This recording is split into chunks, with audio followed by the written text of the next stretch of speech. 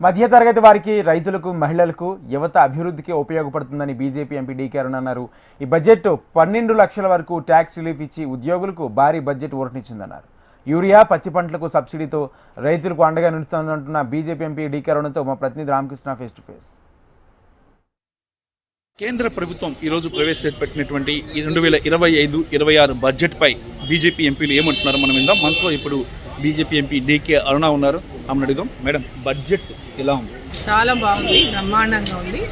మధ్యతరగతి కుటుంబాలకి, రైతులకి, మహిళలకి, అదేవిధంగా యువతకి, అంటే చిన్న పరిశ్రమల నుంచి, అంటే చిన్నవాళ్ళ దగ్గర నుంచి మొదలు పెట్టుకుంటే పెద్ద పారిశ్రామికవేత్తల వరకు కూడా ఈ బడ్జెట్ అనేటటువంటిది ఈ దేశం యొక్క అభివృద్ధి కోసం, దేశ ప్రజల యొక్క అభివృద్ధి కోసం, మధ్యతరగతి కుటుంబాలకి వాళ్ళ ప్రకటించినటువంటి ఏదైతే బడ్జెట్లో గతంలో వాళ్ళకు 7 లక్షల రూపాయల వరకు ట్యాక్స్ ఉండేది కదా, అంటే ఇన్కమ్ ట్యాక్స్ ఉండేది కదా, ఇప్పుడు 12 లక్షల రూపాయలకు పెంచడం, అంటే 12 lakhs ఇన్కమ్ ఉన్న వాళ్ళకందరికీ కూడా, అంటే 12 లక్షల ఆదాయం ఉన్నటువంటి వాళ్ళకి ఎవరికి కూడా ట్యాక్స్ అనేది ఉండదు.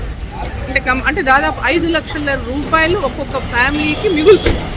ఈరోజు 5 లక్షల రూపాయలు వాళ్ళు ఆదా చేసుకుంటే ఆ ఫ్యామిలీకి పెద్ద ఎత్తున, ఆ ఫ్యామిలీకి పిల్లల చదువుల కోసమే కానివ్వండి, లేదా ఇతరత్ర ఏ దానికోసం ప్రతి సంవత్సరం 5 లక్షల రూపాయలు వాళ్ళకి ఆదా అయినట్టే ప్రభుత్వం ప్రతి ఒక్కరికి 5 లక్షల రూపాయలు ఆదా చేసినట్టే.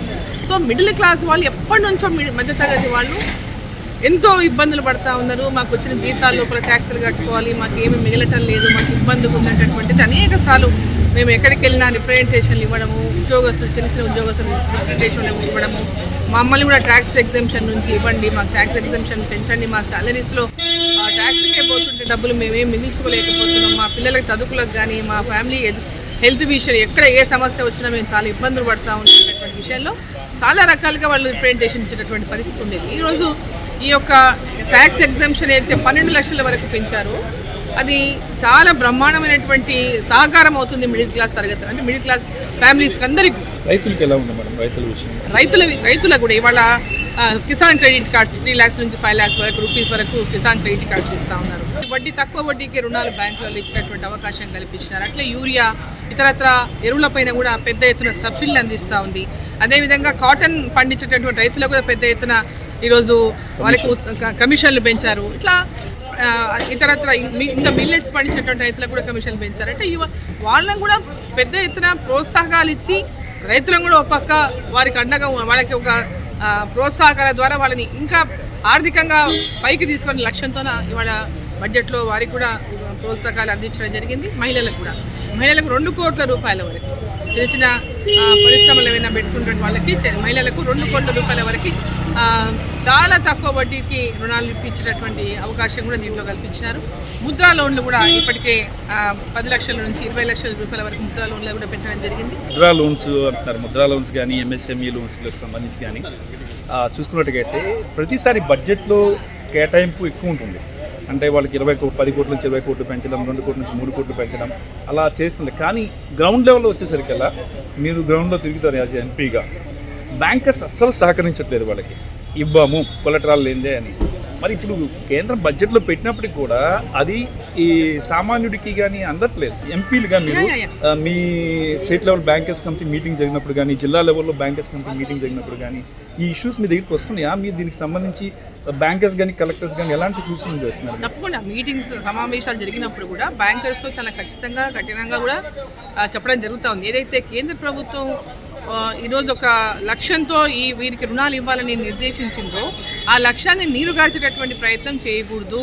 ఖచ్చితంగా మీరు వారికి పూర్తిగా ఎవరెవరైతే లోన్స్ కోసం పెట్టుకున్నటువంటి వాళ్ళకు ఎంబడే సహకరించి వాళ్ళని మీ చుట్టూ తిప్పుకోకుండా వారికి లోన్స్ ఇచ్చేటటువంటి అవకాశం ఉండాలనేటటువంటి విషయం వాళ్ళకి అనేక సార్లు చెప్పడం జరిగింది. ఈరోజు గతంలోతో కనుక పోలిస్తే చాలా బెటర్ అవుతా ఉంది. సరే, కొన్నిసార్లు ఏమైతే ఎవరో ఒకరో ఇద్దరో ముగ్గురో చేసినటువంటి కొన్ని తీసుకున్న లోన్లు సరిగా కట్టలేకపోవటము, లేకుంటే మిస్యూజ్ కావటం, అట్లాంటి కొందరిని అంటే కొందరిని చూయించి వీళ్ళు అండ్ బ్యాంకర్స్ కూడా వీళ్ళని పక్కన పెట్టేటటువంటి ప్రయత్నం చేస్తారు. అది సరికాదు. ఏదైనా ఉంటే మీరు గ్రౌండ్ లెవెల్కి వెళ్ళి వాళ్ళు ఏం చేస్తా ఉందనేటువంటి మానిటర్ చేసి ఖచ్చితంగా చేసే వాళ్ళకు మీరు లోన్లు అందించాల్సిందే, వాళ్ళకి సపోర్ట్ చేయాల్సినటువంటి విషయం కూడా చెప్పడం జరుగుతుంది.